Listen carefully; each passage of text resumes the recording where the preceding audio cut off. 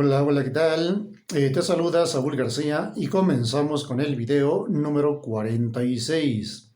En este video te voy a platicar sobre el pagaré, ya que tal vez hayas prestado algún dinero o te hayan prestado algún dinero y es importante que conozcas algunas consecuencias jurídicas sobre este documento.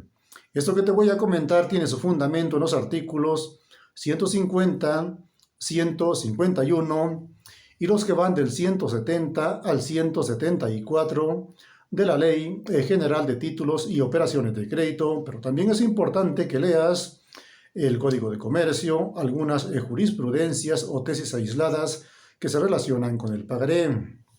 Para que exista un pagaré, debe de haber un suscriptor y un beneficiario.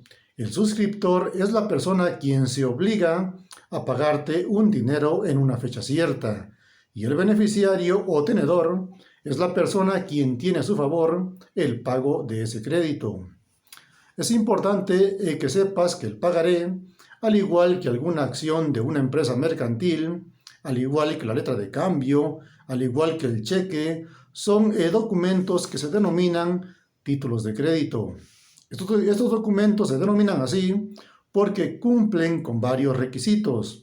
Por ejemplo, cumplen con la literalidad, la incorporación, la autonomía, la circulación, entre otros. Es por ello que estos documentos sí se pueden endosar. A diferencia de una factura de un vehículo, por ejemplo, hay personas que dicen, es que compré un vehículo y me van a endosar la factura, o ya me la endosaron. El endoso de una factura para efectos legales no hace una prueba plena, porque la factura no cumple con los elementos de literalidad, incorporación, autonomía y circulación. Cuando compres un vehículo, lo más recomendable es que firmes un contrato de cesión de derechos o un contrato de compra-venta sobre ese auto y lo firmes ante notario público o por lo menos ante 2 testigos y en ese contrato hagan referencia de los datos de la factura. Ahora te comento que el pagaré, como es un documento endosable, lo puedes endosar ya sea en procuración, en garantía o en prenda o en propiedad. En el caso de que tú ya no lo quieras cobrar, no quieras problemas con esa persona a quien le prestaste dinero, tú lo puedes endosar en procuración a otra persona para que esa persona cobre solamente ese dinero y te lo entregue. O a lo mejor lo puedes endosar también en garantía o en prenda para el cumplimiento de alguna obligación. O también si de plano ya no quieres nada que ver con ese documento, con ese pagaré, lo puedes endosar en propiedad y es como si le vendieras el pagaré a otra persona. Para que puedas cobrar un pagaré, es importante que sepas que existen algunos plazos, algunos términos. Por ejemplo, si lo quieres cobrar en la vía ejecutiva mercantil para que se embarguen los bienes de esa persona a quien te debe, debes ejercitar el pago de esa obligación en un término que no sea mayor a 3 años después de la fecha que fue exigible ese pago de esa deuda. Pero si te pasa el tiempo por alguna cosa, ya van 4, 5, 8 años que te debe, también lo vas a poder cobrar, pero lo vas a tener que cobrar en la vía ordinaria.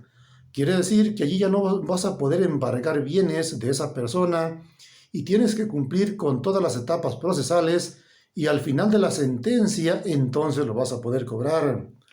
Es importante que sepas que los pagarés sí se van a poder cobrar, aún tengan mucho tiempo, pero entre más tiempo pase, más te va a costar cobrarlos porque a lo mejor se pierden evidencias, a lo mejor tienes que realizar algunos actos preparatorios a juicio, entre otras cosas.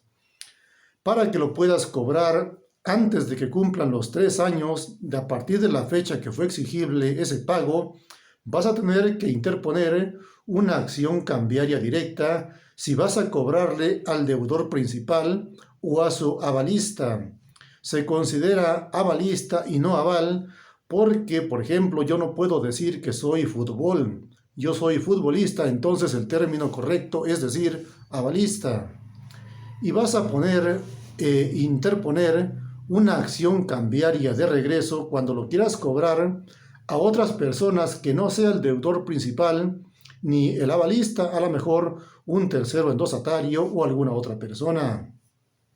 También es importante que sepas que el pagaré como tal, pues no es una garantía de pago porque tienes que realizar un juicio para que puedas cobrarlo, pero debe ser un juicio seguido ante los tribunales porque no basta con que tú a esa persona te la encuentres en la calle y le cobres, lo amenaces y no te pague y después de 12, 15 años quieras cobrar ese pagaré y digas es que esta persona no me quiere pagar porque no hay ninguna evidencia que ya le cobraste. Entonces es importante que si prestaste algún dinero, pues interpongas una demanda por la vía ejecutiva mercantil si estás a tiempo o por la vía ordinaria para que pues en sentencia se pueda obligar a que se pague esa deuda.